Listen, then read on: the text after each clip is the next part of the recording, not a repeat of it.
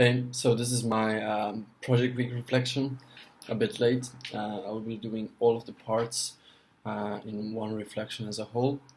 Starting off with the planning section, which connects straight to the learning outcome number three, planning a CAS activity.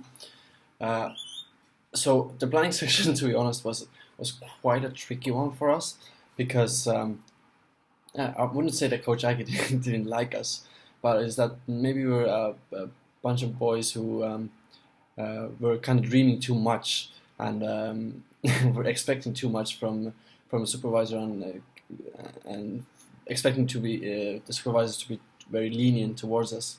So kind of things pushed very much till the end, which means at least made me feel extremely nervous because I was thinking that if we don't get this really done, we're really going to stay in Singapore and there's nothing we can do about it because I think we got our flights booked 2 weeks before Project Week started, and it was really hard to get the confirmations for the service portion was quite easy. We contacted the organization, and they responded to us quickly and said, "Yes, come. Help is always needed. Don't worry. Be there." When it came to the activity provider, all the questions they had to fill out for the security check and for the safeguarding policy, that took a long time. So I think we got only with the third time when they sent us the information did actually go through the supervisory part of Project Week. Uh, like choosing a group for me was also kind of like sporadic in the sense that it just all happened together, come together. We were five guys, a really fun group of guys. But then again, like we were expecting it's going to be like this really cool trip that we're gonna go. All five of us are gonna go on to Cebu, Philippines, um, and I think it was 4 days before Project Week. One of the boys said, "I'm not coming because I want to go on a theater trip afterwards, so I can't allow Project Week." And then one of the other guys said broke his leg a week before Project Week started, so he came in a cast. One of my closest friends, his family member had an emergency, so he didn't know if he was coming or not. So all these kind of random random events that you don't really ever expect just happened like all together, and that kind of made things very very interesting. So we ended up going four of us. So first part of the project week was the service portion, and the second part was activity. Uh, Aaron, who the guy who broke his leg, he was there with us for the first portion, but the activities later afterwards we did the three of us.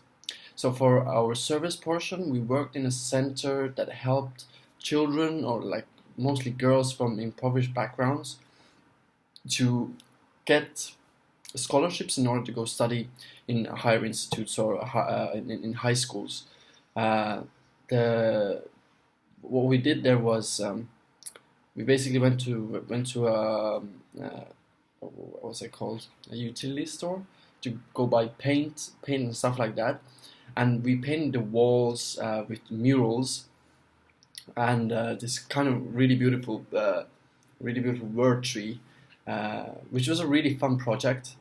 Planning it all out, you first draw everything on the table, on the wall, and then you paint it all, and was all kind of a, let's just say it was kind of a natural process. So in the sense that we didn't really know exactly what we were supposed to do there, but we were ready to take on any challenge that they kind of set before us, and I think we managed extremely well.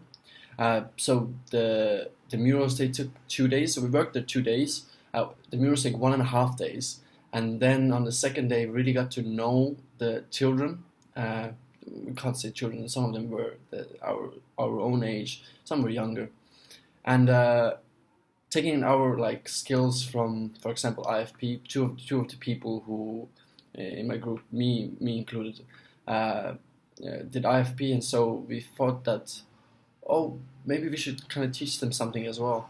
and we ended up doing like 2 hours of IFP games, which ended in the end kind of, it all turned out we playing like tag and playing their own certain games, which was extremely fun because in a long time I hadn't really stepped out of this kind of I don't know, academic sense, because it was a very fast time building up to project week, and it was really fun in a long time to really let yourself go and be a child again.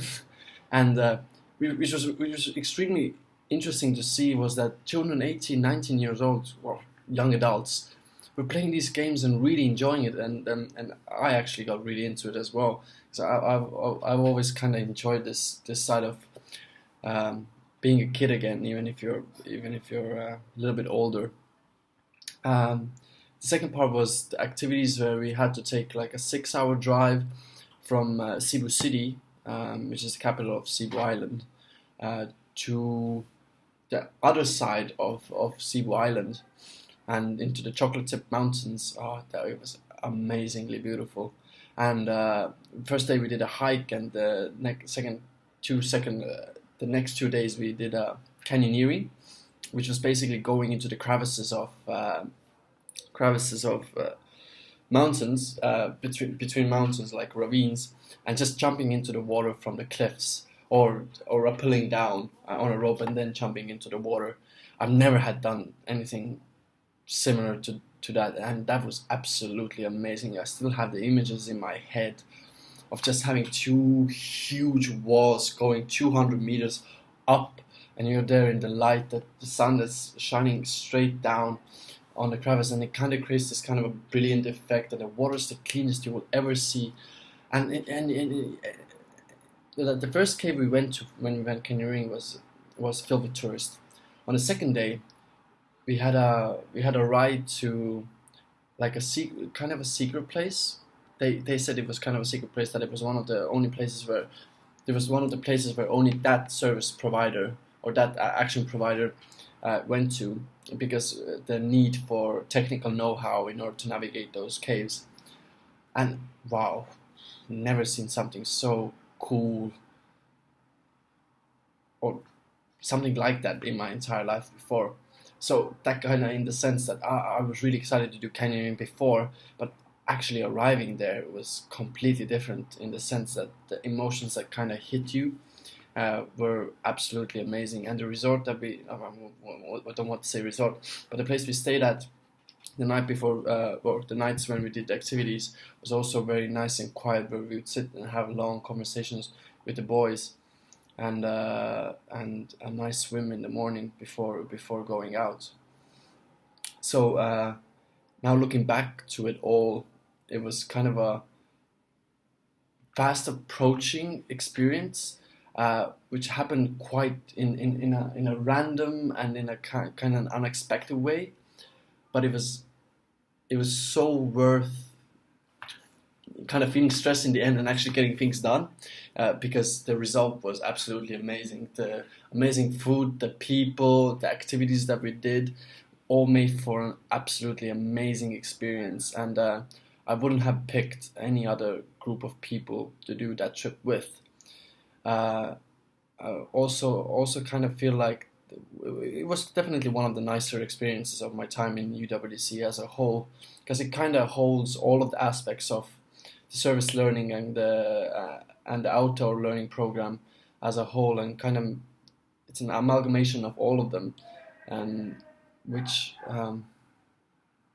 is it's kind of a special experience. And the fact that you had to go through so many instances of bureaucracy beforehand kind of makes things worth so much more, because you had to go through difficulties in order to actually have that amazing experience. And I think that is also a very important learning outcome, in the sense that there's always going to be some certain challenges, and the tougher the challenge, the higher the gratification in the end if you finally get it done.